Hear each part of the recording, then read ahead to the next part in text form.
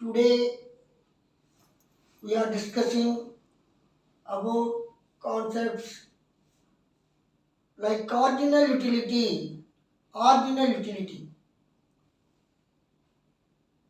Once satisfying capacity of a thing is called utility. Once satisfying capacity of a thing is called utility.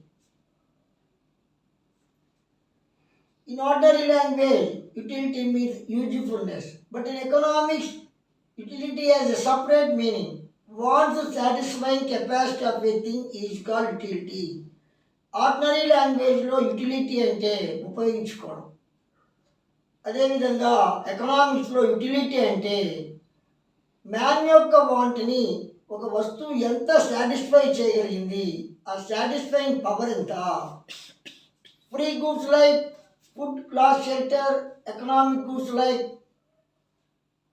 pens, machines, tools, benches, TVs, etc. have a utility. What is cardinal utility and ordinal utility? If the utility is measured quantitatively in terms of utils is known as cardinal utility.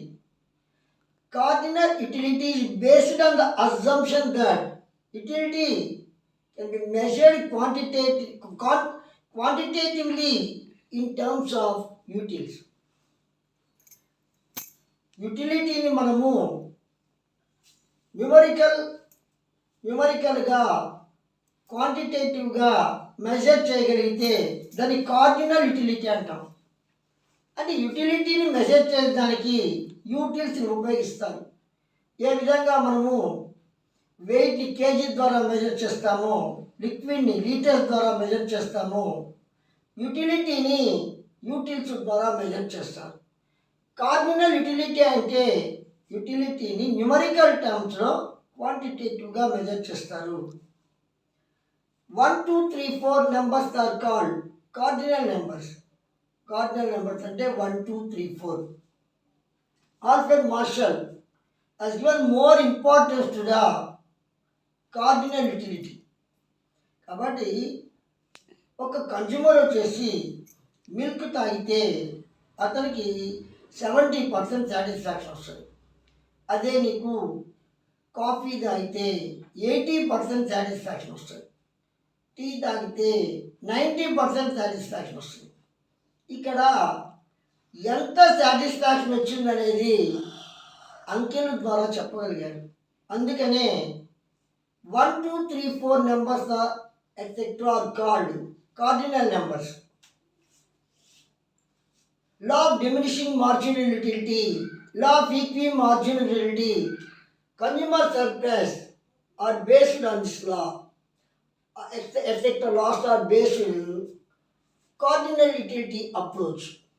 కాబట్టి ఈ యొక్క law of diminishing marginal utility, law of equi-marginal utility, consumer surplus అనేవి cardinal utility ఆధారంగా నీకు రూపొందించారు. Next ordinal utility. Ordinal utility based on the assumption that utility cannot be measured in numerical terms but it be compared. యూటిలిటీని numerical యూనిట్స్లో మనం measure చేయలేం ordinal యూటిలిటీలో.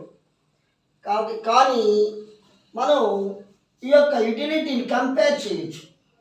కాబట్టి యూటిలిటీని compare చేయడానికి అవకాశం ఉంటుంది, దాన్ని ఆర్డినల్ యూటిలిటీ అంటారు. కానీ ఇక్కడ యూటిలిటీ న్యూమరికల్ టర్మ్స్లో మెజర్ చేయలేము.